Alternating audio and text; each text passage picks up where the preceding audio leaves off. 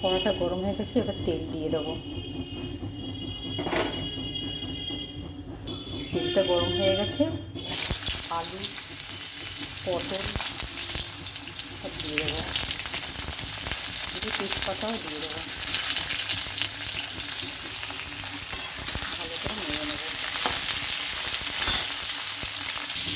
আলু পটল ভাজা ভাজা হয়ে গেছে, একটু সয়াবিনগুলো দিয়ে দেবো। দেখো একটু ভাজা ভাজা হয়ে গেছে, গুঁড়ো মশলাগুলো দিয়ে দেবো, লঙ্কা হলুদ জিরে ধনে, বাটা মশলা দিয়ে দেবো, টমেটো আদা কাঁচা লঙ্কা, এটাও ভালো করে মিক্স করে নেব।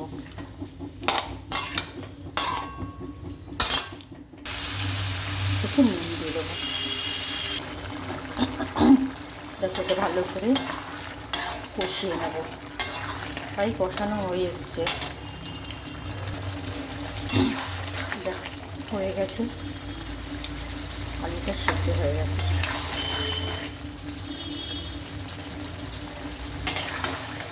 ভালো লাগলে একটা লাইক করে দেবেন।